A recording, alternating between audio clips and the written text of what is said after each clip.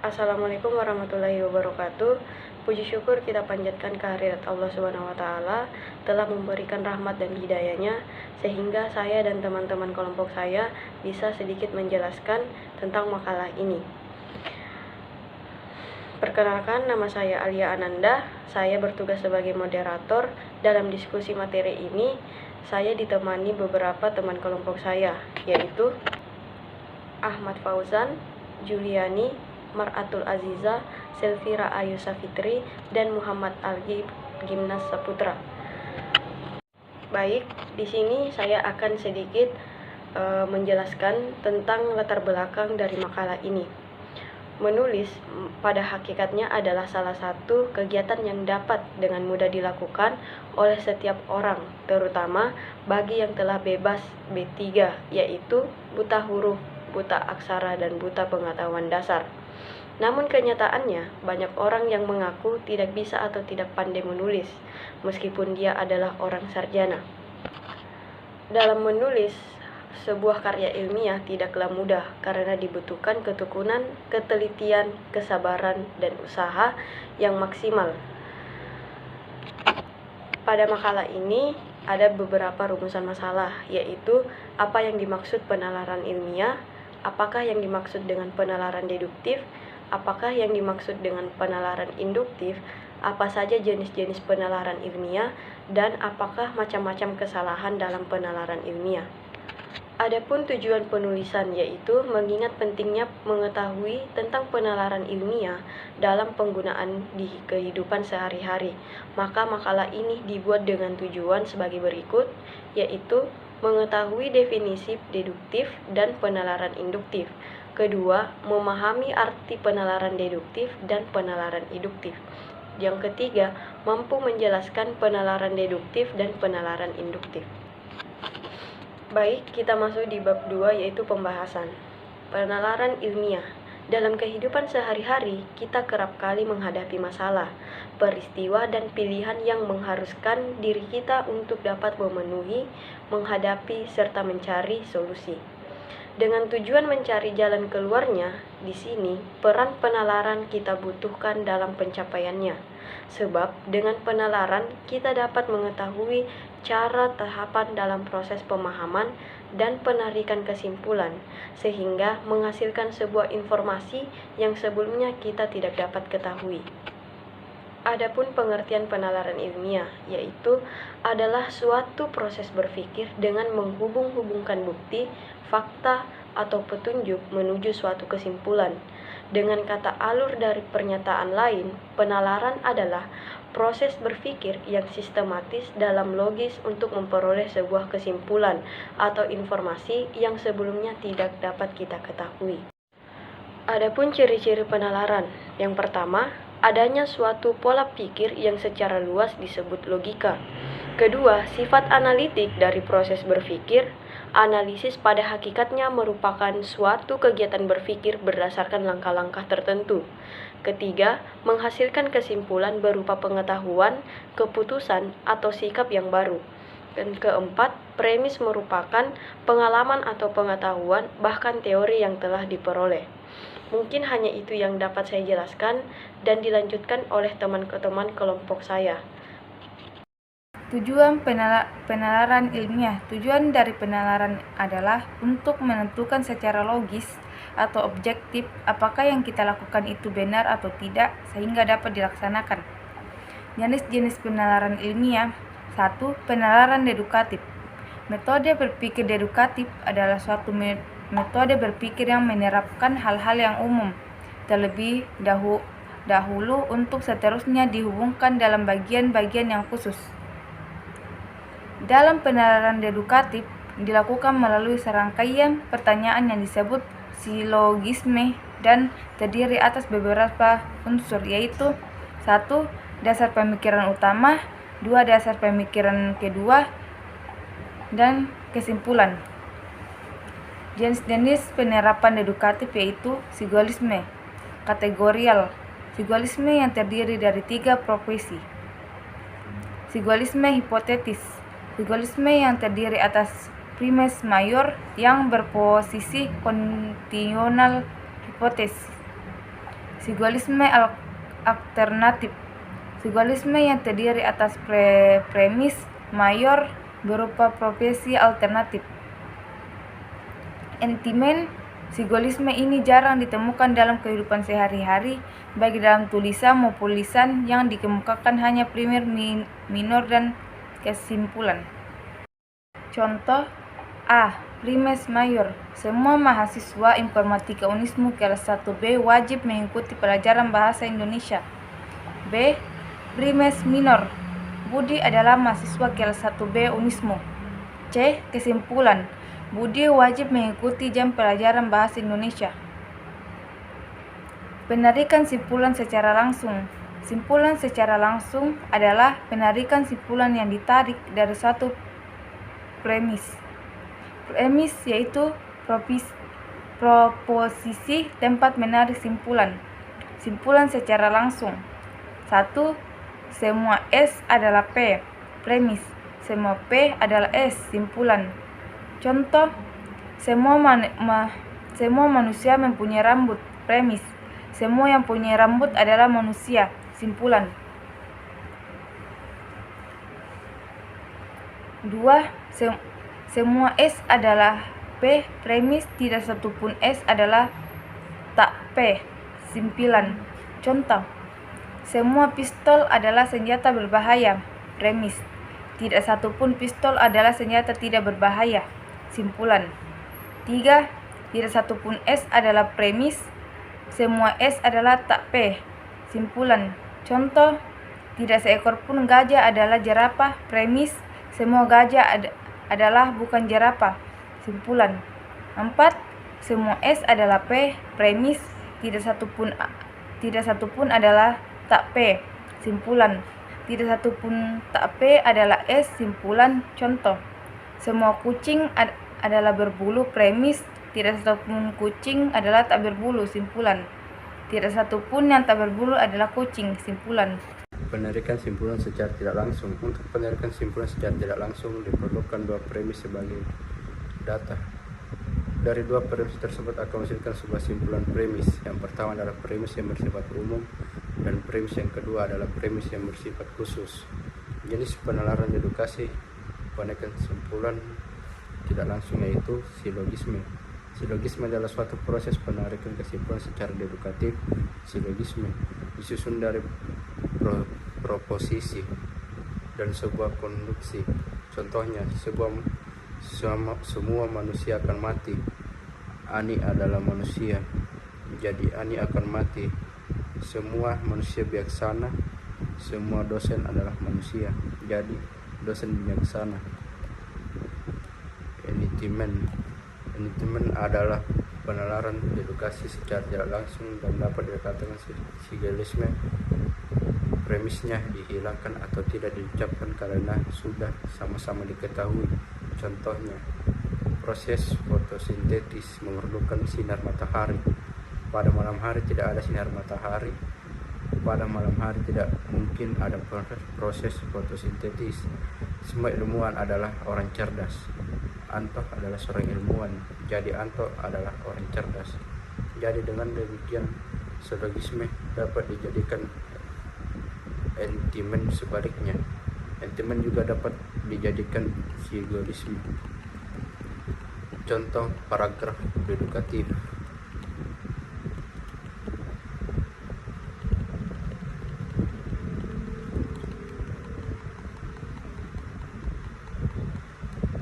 Chairil Anwar terkenal sebagai penyiar. Ia disebut juga penyiar yang membawa pembaruan dalam puisi. Ada yang mengatakan dia sebagai seorang individualis. Ada yang menilai bahwa ia seorang yang kurang bermoral dan plagiat karena ada sebagian kecil dalam gubahnya merupakan ciklatan dari puisi asing. Dalam sejak-sejaknya dikumpulkan dalam derut campur debu, memperlihatkan adanya perbedaan bentuk, corak, gaya, dan isi. Tanggapan orang terhadap Chairil berbeda-beda, namun bagaimanapun ia seorang penyair, orang besar yang membawa kesegaran baru dalam bidang puisi pada 1945. Penarikan simpulan edukatif bagi menjadi dua. yaitu penarikan langsung dan tidak langsung. Penarikan induktif. Metode berpikir induktif adalah metode yang digunakan dalam berpikir dengan bertolak dari hal-hal yang bersifat khusus untuk menentukan kesimpulan yang bersifat umum. Dalam penalaran induktif ini, kesimpulan ditarik dari sekumpulan fakta, peristiwa, atau pernyataan yang bersifat umum. Contoh, bukti 1, logam 1 apabila dipanaskan akan memuai. Bukti 2, logam 2 apabila dipanaskan akan memuai. Bukti 3, logam 3 apabila dipanaskan akan memuai. Kesimpulan, semua logam apabila dipanaskan akan menuai. Selanjutnya yaitu ciri-ciri paragraf induktif. Yang pertama yaitu terlebih dahulu menyebutkan peristiwa-peristiwa khusus. Yang kedua yaitu menarik kesimpulan berdasarkan peristiwa-peristiwa khusus. Yang ketiga, kesimpulan terdapat di akhir paragraf. Yang keempat, menemukan kalimat utama, gagasan utama, dan kalimat penjelas. Yang kelima, kalimat utama paragraf induktif itu terletak di akhir paragraf. Yang keenam, gagasan utama terdapat pada kalimat utama. Yang ketujuh, kalimat penjelas terletak sebelum kalimat utama, yakni yang mengungkapkan peristiwa-peristiwa khusus. Yang kedelapan atau yang terakhir, yaitu kalimat penjelas merupakan kalimat mendukung gagasan utama. Selanjutnya yaitu jenis-jenis paragraf induktif. Yang pertama yaitu generalisasi, yang kedua analog, yang ketiga sebab akibat, di mana sebab akibat ini terbagi menjadi 3. Yang pertama yaitu sebab akibat, yang kedua akibat sebab, dan yang ketiga sebab akibat 1 dan akibat 2. Selanjutnya yaitu paragraf generalisasi. Generalisasi adalah penalaran induktif dengan cara menarik kesimpulan secara umum berdasarkan sejumlah data. Jumlah data atau peristiwa khusus yang dikemukakan harus cukup dan dapat mewakili. Selanjutnya yaitu paragraf analog. Analog adalah penalaran induktif yang membandingkan dua hal yang banyak persamaannya. Berdasarkan persamaan kedua hal tersebutlah kita dapat menarik kesimpulan. Berikutnya kesalahan penalaran. Penalaran adalah suatu proses berpikir manusia untuk menghubung-hubungkan data atau fakta yang dapat sehingga sampai pada suatu kesimpulan. Salah nalar dapat terjadi di dalam proses berpikir untuk mengambil keputusan. Salah nalar lebih dari kesalahan karena gagasan, struktur kalimat, dan dorongan emosi. Salah nalar ada 2 macam, yaitu yang pertama, salah nalar induktif berupa A. Kesalahan karena generalisasi yang terlalu luas. B. Kesalahan penilaian hubungan sebab akibat. C. Kesalahan analogi. Dan yang kedua, kesalahan deduktif dapat disebabkan A. Kesalahan karena premis mayor tidak dibatasi. B. Kesalahan karena adanya term keempat. C. Kesalahan karena kesimpulan terlalu luas atau tidak dibatasi. Dan D. Kesalahan karena adanya 2 premis negatif. Fakta atau data yang akan dinalar itu boleh benar dan boleh tidak benar. Pengertian dan contoh salah nalar. 1. Gagasan. 2. Pikiran. 3. Kepercayaan. 4. Simpulan yang salah, keliru atau cacat. Dalam ucapan atau tulisan kerap kali kita dapati pertanyaan yang mengandung kesalahan. Ada kesalahan yang terjadi secara tak sadar karena kelelahan atau kondisi mental yang kurang menyenangkan. Seperti salah ucap atau salah tulis misalnya. Ada pula kesalahan yang terjadi karena ketidaktahuan, di samping kesalahan yang disengaja dibuat untuk tujuan tertentu. Kesalahan yang kita persoalkan di sini adalah kesalahan yang berhubungan dengan proses penalaran yang kita sebut salah nalar. Pembahasan ini akan mencakup 2 jenis kesalahan menurut penyebab utamanya. yaitu kesalahan karena bahasa yang merupakan kesalahan informal dan karena materi dan proses penalarannya yang merupakan kesalahan formal. Gagasan, pikiran, kepercayaan atau kesimpulan yang salah, keliru atau cacat disebut sebagai salah nalar. Berikut ini salah nalar yang berhubungan dengan induktif, yaitu A. Generalisasi terlalu luas. Contoh, perekonomian Indonesia sangat berkembang. B. Analogi yang salah. Contoh, Ibu Yuni sedang menjual batik yang dapat menjualnya dengan harga terjangkau. Oleh sebab itu, Ibu Lola seorang penjual batik, tentu dapat menjualnya dengan harga terjangkau. Jenis-jenis salah nalar. A. Dedukasi yang salah. Simpulan dari suatu silogisme dengan diawali premis yang salah atau tidak memenuhi persyaratan. Contoh, kalau listrik masuk di desa, rakyat di daerah itu menjadi cerdas. Semua gelas akan pecah bila dipukul dengan batu. B. Generalisasi terlalu luas. Salah nalar ini disebabkan oleh jumlah premis yang mendukung generalisasi tidak seimbang dengan besarnya generalisasi itu sehingga simpulan yang dapat diambil menjadi salah. Contoh, setiap orang yang telah mengikuti penataran P4 akan menjadi manusia Pancasila sejati. Anak-anak tidak boleh memegang barang perselan karena barang itu cepat pecah. C. Pemilihan terbatas pada dua alternatif. Salah nalar ini dilandasi oleh penalaran alternatif yang tidak tepat dengan pemilihan jawaban yang salah. Contoh, orang itu membakar rumahnya agar kejahatan yang dilakukan tidak diketahui orang lain.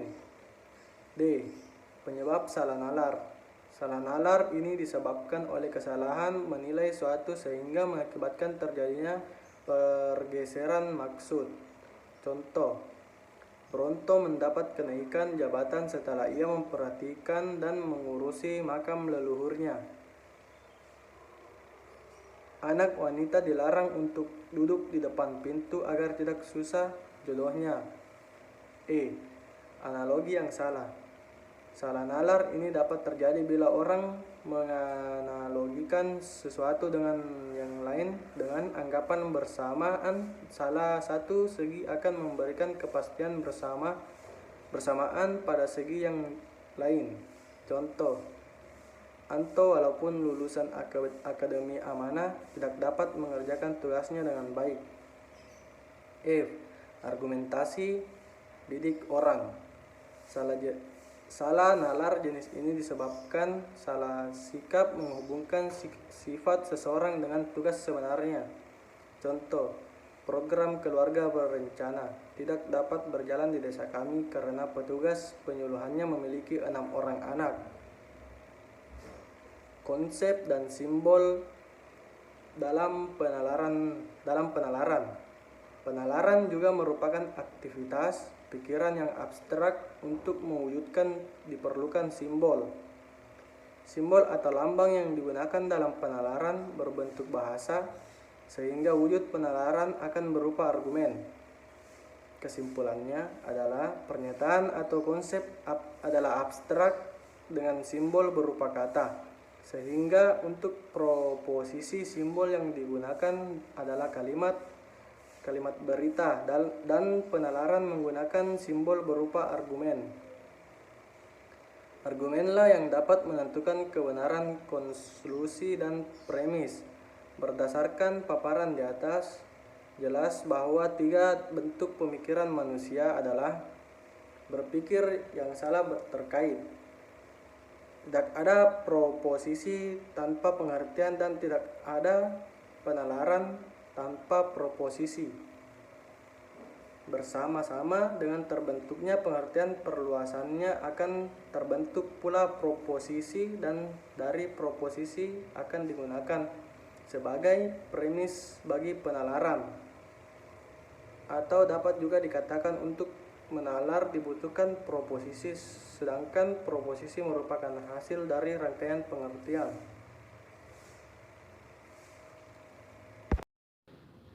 Pengertian paragraf sebab akibat. Paragraf hubungan sebab akibat adalah paragraf yang dimulai dengan mengemukakan fakta khusus yang menjadi sebab dan sampai pada simpulannya menjadi akibat. Contoh paragraf induktif sebab akibat. Kemarau tahun ini cukup panjang, sebelumnya pohon-pohon di hutan sebagai penyerap air banyak yang ditebang. Di samping itu, irigasi di desa ini tidak lancar, ditambah lagi dengan harga pupuk yang semakin mahal dan kurangnya pengetahuan para petani dalam menggarap lahan pertaniannya. Oleh karena itu, tidak mengherankan panen di desa ini selalu gagal. Pengertian paragraf akibat sebab. Paragraf hubungan akibat sebab adalah paragraf yang dimulai dengan fakta khusus yang menjadi akibat, kemudian fakta itu dianalisis untuk diambil kesimpulan. Contoh paragraf akibat sebab. Hasil panen para petani di desa Cikaret hampir setiap musim tidak memuaskan. Banyak tanaman yang mati sebelum berubah karena diserang hama. Banyak pula tanaman yang tidak berhasil tumbuh dengan baik.